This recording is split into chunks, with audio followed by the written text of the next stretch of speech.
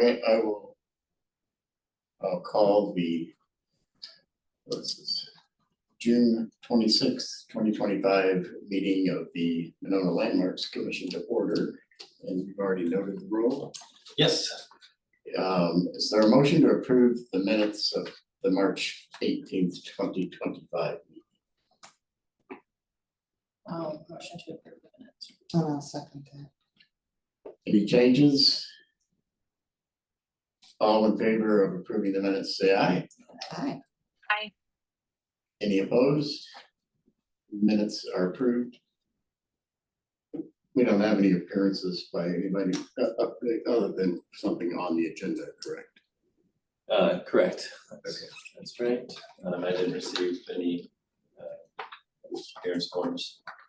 Okay, there's no unfinished business. Before we go to new business, Ashley, I just wanted to introduce myself.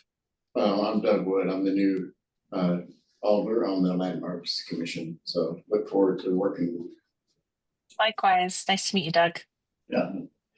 Okay, 6A new business is consideration of action on the request by the Friends of San Damiano for a certificate of appropriateness for exterior modifications to the city of Monona landmark property at 4123 Monona Drive. That's Frank Alice house. You want to start? Yeah, I can start here. Let me pull up my materials. All right, so the Friends of San Damiano group has submitted a sign permit application for the Frank Alice house for new on-building signage to be used for seasonal messaging, programmatic updates, information about the Friends group and the property and the master planning process and contact information. It's a 7.7 square foot U-line message center that'll be installed to the left of the main entrance on the front facade. This is a portion of the home that's not an original feature. The property is zoned Community Design District. This type of sign is classified as a menu board sign. It allows for changeable copy without the need for an updated permit. And these types of menu board signs do require a sign permit that can be approved by city staff. But in the Community Design District, they're limited to 3 square feet in area, so a size exception will also be needed from the Plan Commission if a certificate of appropriateness is approved. The Alice House was designated a local landmark in 1979 and then re-ratified in 2016. It has significance as a Georgian revival home built in 1893. Its association with Frank Alice and Norbertines as the San Damiano Prayer House. The landmark documentation is included in the meeting packet for reference. A certificate of appropriateness is required because of the external modification to install the sign. The commission, when considering a certificate of appropriateness, should consider consistency with the property's character and features and the Secretary of Interior's standards for rehabilitation. That includes whether the proposed work would detrimentally change, destroy, or adversely affect any architectural feature of the landmark. And the new construction clause is not applicable here. And then whether the proposal would significantly alter or destroy the historic characteristics of the landmark.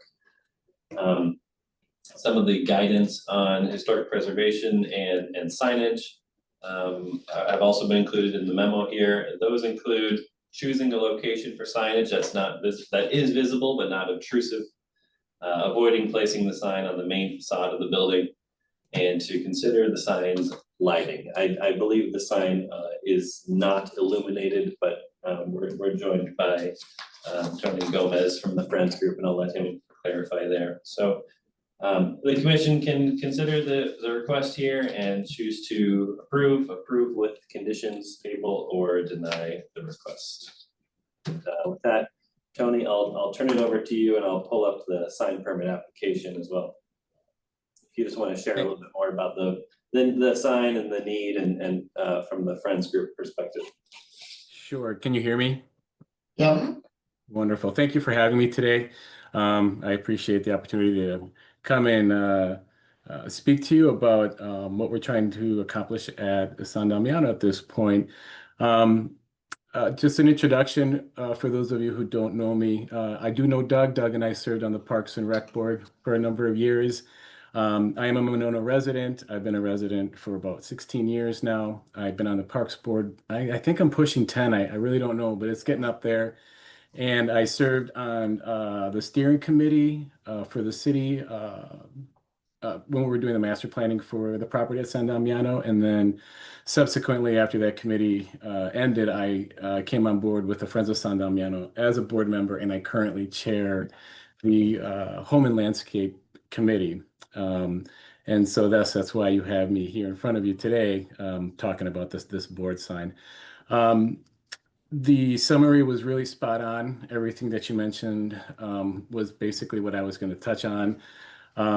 We basically are looking for a message center board to allow us to communicate to the visitors to the property. We're looking for someplace that's central, kind of weatherproof, that allows us to kind of share property hours, rules, upcoming events, even ways to get involved or donate. And one of the thoughts was this protected U-line structure would be a really good way to go about it. And then I'm not sure what kind of documents you guys have received or what kind of images you receive, but basically if you're familiar with the front of the house as you're approaching it from the parking lot area, there was an addition that was added onto that house that is not original to it, that currently houses some signage there and other information that the city has put up, like having dogs on leash and so forth. So we were thinking that would be a nice central spot to put this signboard on the structure to be able to communicate all that information to our visitors. Information like public property information, City of Monona ownership details, rules, regulations, hours of operation. We can get into Friends of San Damiano information like our mission statement, contact information, and as I said, donation and even volunteer opportunities. It'd be a way for us to do event promotion and even give information as it pertains to the master plan where things are in the process. So, and then, contact information if something were to happen, emergency contact information, or even friends, people to call. So I think as you're understanding, there's a need to get this information out to the public at that site. We have had a lot of visitors since the facility has been purchased, of course, by the city over the years. And as we do work on site, it does continue to add up and get more visitors because it's really quite wonderful the work that is being done there in terms of making it more welcoming for people to come and enjoy it. So I have one question that I wrote down that you had, and that was whether it was illuminated. Unfortunately, I don't have an answer for you. I do not know that it is illuminated. I wasn't told that it was illuminated, and so as of now, I would gather that it probably is not. And so that would be something that we would have to go back on if that were to be an issue moving forward. Ashley, your hand. Yeah, Ashley? I'm curious. Yeah, thanks. I'm curious if the Friends group has considered a standalone sign that's not attached to the building. We have talked about a standalone sign, and then I think because of the sign, I'm a little late to this topic of discussion, but I understand that just some of the sign rules that the city has kind of steered us to kind of keeping this simple to just a signboard up on the house. We do have 2 poles that are across the street or across the parking area from the home. And on that, we had a fixed signage prior to that. The most recent one was we had a beer garden that we had some signage that had some sponsorship that we were able to put up and take down. And then it was used heavily last year for the Harry Whitehorse Festival. So we do have some small infrastructure in place for message boards and signage. But I guess the U-line option would be one that would allow us to change signage out over time as information is constantly changing, particularly like the promotion of events and things like that.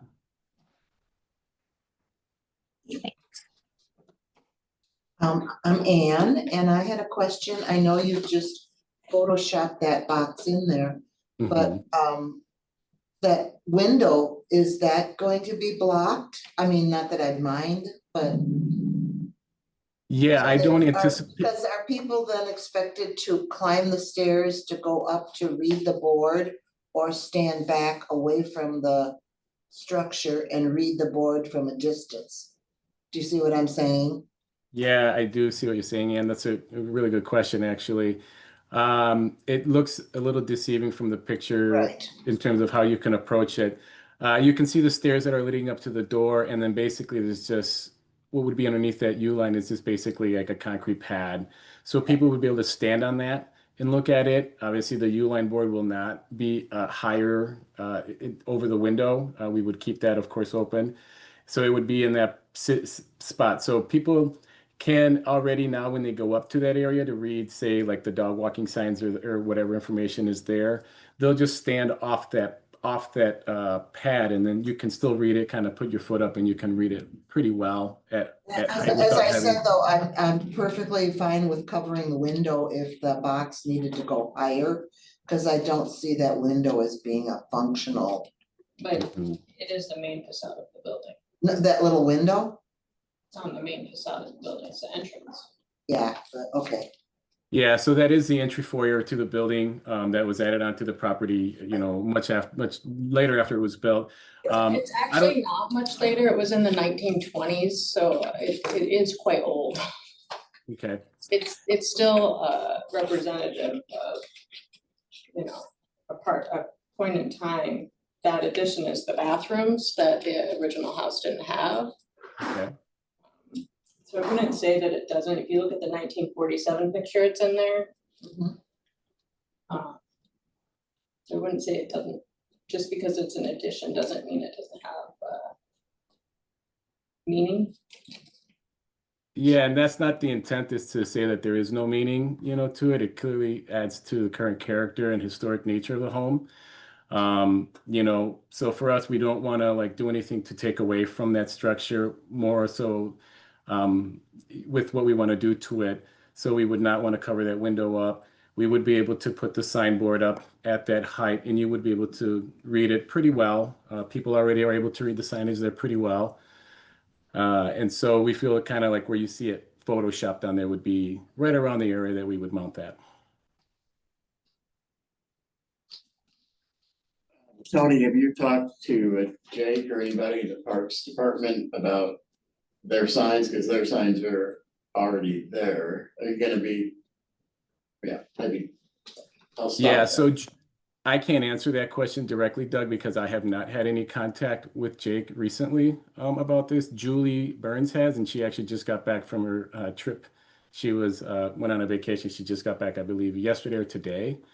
And so I'd have to check back with Julie in terms of what discussions have happened with Jake. But just knowing the MOU that the city reached with the Friends of San Damiano, and I also understand that Julie and our new operations manager, Don Franchek, also met and sat down with Jake and Neil Steckschulte to come up with a list, basically a supplemental list of maintenance care for the property this year while we transition to a full MOU into 2026.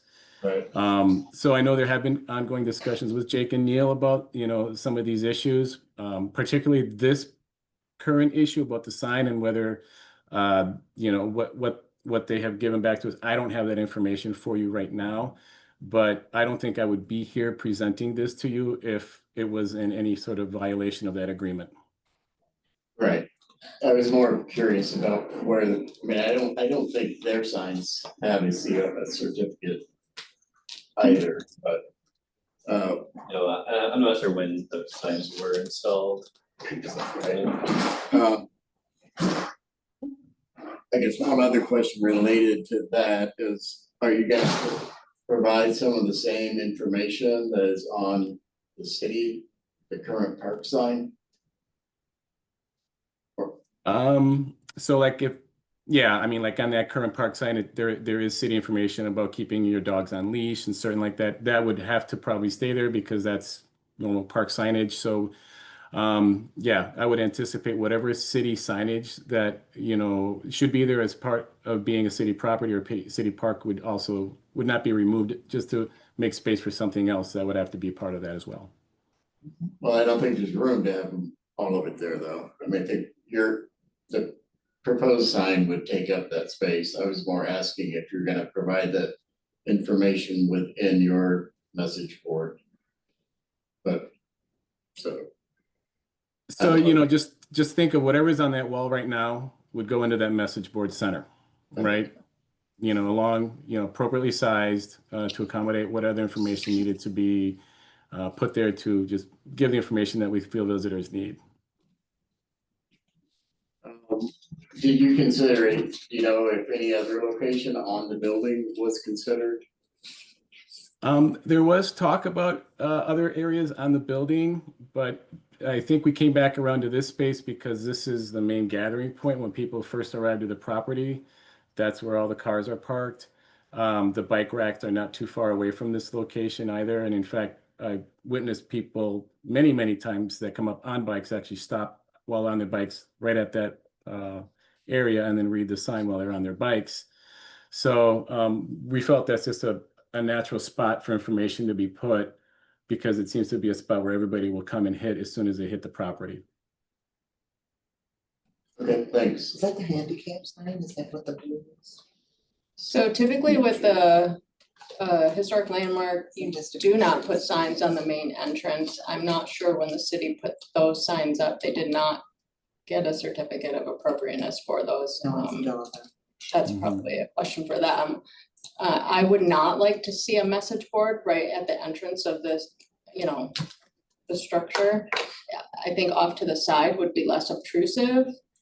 And I also agree with Ashley that a standalone sign would be the least intrusive of the options. I also question the accessibility of looking at that sign if it were to be placed where those other ones are, because you can't just, not everyone can walk upstairs, so to get up onto that concrete platform if they needed to look closer. Yeah, I can understand that point right there. And we would certainly be open to looking at options for a standalone sign. So it's not something that we're just pushing to be there. We were just thinking that would be a solution, one way to solve that issue since there already is signage up in that space. Okay. Any other questions for Tony?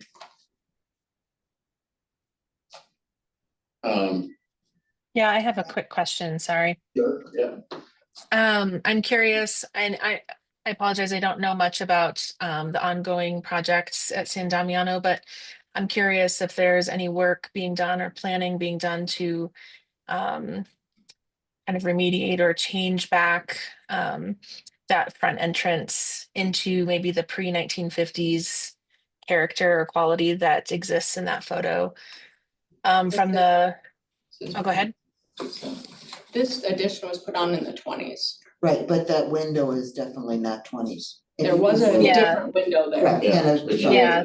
Well, you It let looks Tony like the answer question. It looks like in the 1947 photo in our packet, there's a centralized door flanked on either side, on the actual sides of the structure with some larger windows. So I'm just curious, if there are plans, and the reason I bring that up, not to get too much into the weeds there, but if a sign was put up, and I recognize, that the signage that's there maybe did not get approval, but if it would imply further changes instilled that would, prevent the remediation of changing things back if that were in a plan. If that makes sense. Sorry, just thinking out loud No, here. that's a good question. It's a, basically a question of where are we at right now with figuring out what's going on with the house is, right now I can tell you I was there yesterday. We have water, that's coming in. The place is really just, falling into a state where we need to kind of come up with answers in terms of what we're going to do with this site. And so right now, the Friends of San Damiano has a feasibility committee that's currently active right now that is studying the house inside and out, to understand whether, this is something that's within the capacity of the Friends, to restore. We're, you know, basically trying to get information from experts that are, you know, familiar with restoring historic properties and the like, to, you know, try to come up with some sort of understanding in terms of what is the, you know, how is this going to move forward with saving the house, and what is that going to entail? Rebecca, I think you sat on the steering committee with me, and there was discussion in terms of, you know, to get certain grants for restoration, you'd almost have to take the house back to a certain standard. And I think there was discussion of like, we'd have to spend a certain amount of money to remove that facade or certain areas of the house to get it back to a certain period before it was altered. That was a suggestion by the SHPO that just retired. Mm-hmm. So I think it would have to be re-looked at by whoever takes the new SHPO position. And it wasn't a guarantee. And I can also say that the current state of politics has removed those grants currently. So that's mean the another tax credits? hindrance, yes. Okay. They So, are, yeah, they are at risk. The tax credits are at risk and the CLG grants are not in the budget. Okay. So Ashley, I was also on the steering committee, and basically what it was to come up with a master plan for San Damiano, and we were able to recommend everything except what to do with the house. So it basically came down to, we're gonna put in some paths and some seating areas and so forth here. And then we're either gonna keep the house or we're gonna tear it down and put up some type of new shelter or event space. And that's sort of where it still is. I think, Tony, the MOU requires San Damiano to make a recommendation by, I wanna say September of this year, but it may be maybe later. yeah, I'm trying to remember. I think you're correct. You know, our timelines are basically for a lot of everything kind of for the end of the year. Our annual maintenance plan has to be turned in Could be the end of the year, but by the end of the year. So that would line up. I know that was kind of the goal, was to come up, you know, get to a point where we can decide which way, you know, we're gonna go with it. All right. Well, so usually the way I like to do these is to get a motion on the floor, and then have discussion within that. It helps to keep things framed. So does anyone want to make a motion on the application for the certificate of appropriateness? I motion that, and then anybody can amend this, that the sign be located off of the structure itself. Okay, so the only thing we're voting on is whether to approve the application or deny it. Okay, well then I would say that as it's sent to us here, that I don't want to say I want to define that, but I mean, even Well, looking that's there, even looking again, the height of the sign off the ground is 4 feet. The top of the sign. That, right, so then again, how would someone be able to read the sign if the sign's only 4 I feet? think that, The top of the sign is 4 feet off the ground. I think there's. That's on the permit part. Yeah, I know, but can you clarify that? I thought that was. To the top of the sign. Correct, It would be 4 feet. 4 feet, well, yeah, you have 6 foot person. Probably. Yeah. That's why I was saying the window was that gray area, that you might have to go higher for people who walked up to that area, but I'm sorry if I'm out of order. No, here. So, yeah, I should clarify, in that sign permit application, they applied for 2 signs, so the sign permit application form that lists 4 feet, that's the height of the temporary banner sign they had on the grounds for to advertise the beer garden. I don't know exactly how high it would be from the ground to the top of the sign there. But the sign itself is 38 inches tall. You can judge by the door knob. So Yeah. do you need a motion to approve this application as Approve. submitted? Or Okay, deny. I Then we make a can- motion to deny as submitted. Thank you, yeah, I didn't wanna. Sorry. Is there a second? I Yeah, second, I'll second that. Ashley, Okay. thank you. We'll let you decide who gets the Yeah. second.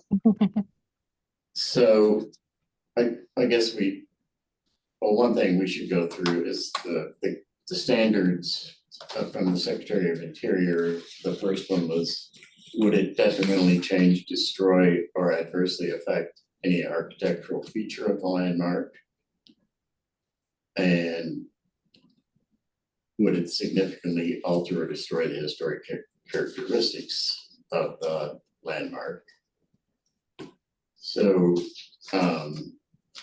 your feeling is, of the folks that made the motion, is that it would detrimentally change the historic nature, historic characteristics. For my discussion, it's up, it's removable, so I don't think it would destroy the character. I do Right. not think it is in keeping with the character as designed. And I also do not think that it should be obtrusive to the entrance. That is the other standards. One was choose a location that's visible but not obtrusive. And and avoid placing it on the main facade of the building. On the one hand, I can understand why if you're gonna put a sign up, you wanna put it someplace where you think everybody who comes there is gonna see it. But that also happens to be right on the front of the building, so. Yeah, I guess my concerns would be, there is the alternative to put it, I think there is, to put it, a freestanding sign that they just have to get a permit then from zoning administrator. Yeah, my understanding would be if it is a freestanding sign, since it would not be on the building. Right. And there would be no exterior modifications, so there'd be no need for a certificate of Right. appropriateness. From the discussion, I thought it was a really good point that it's really not ADA accessible in the sense that if you can't get yourself up onto that concrete platform, you might be too far away from the sign to actually be able to read it. So I wouldn't be opposed if you found another location, not quite so prominent, that was more accessible. But also still met, the needs of the friends to have it's the purpose of signs is to communicate information. So I guess that would be sort of feedback, Tony, for you to take back to your folks. I mean, we haven't voted on this yet, but it's pretty clear where it's gonna go. Did you guys have anything else?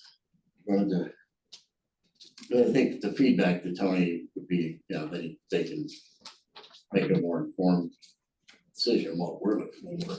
And I know there's been signage placed on the kind of north side Yeah, of the where they have building, these two posts. yeah.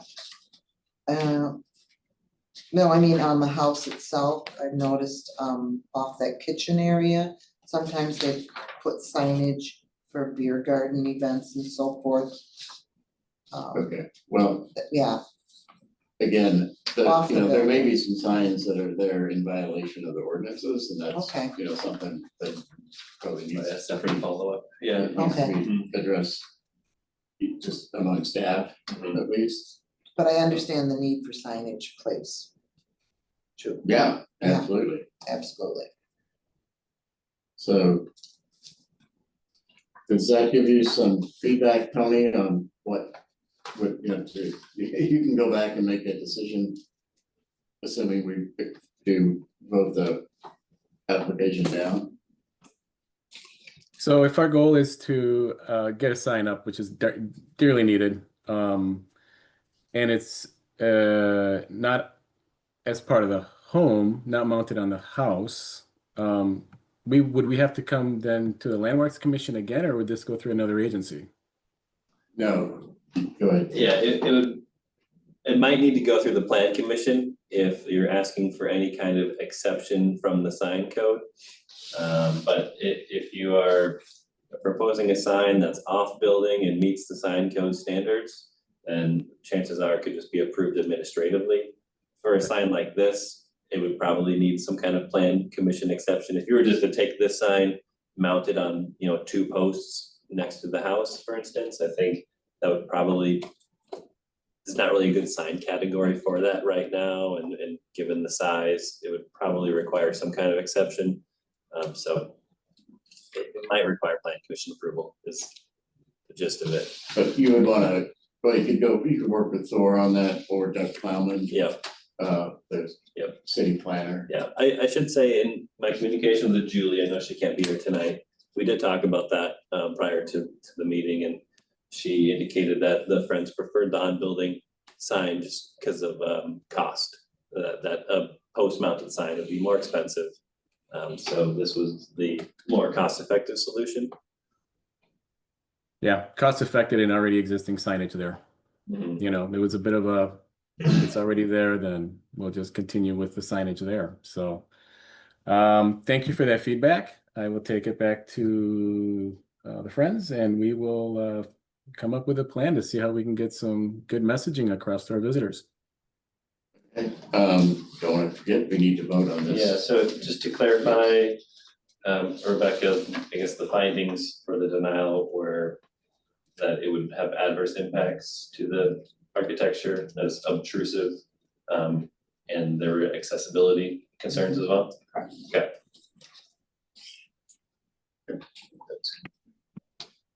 Okay, all those in favor of the motion to deny the application, say aye.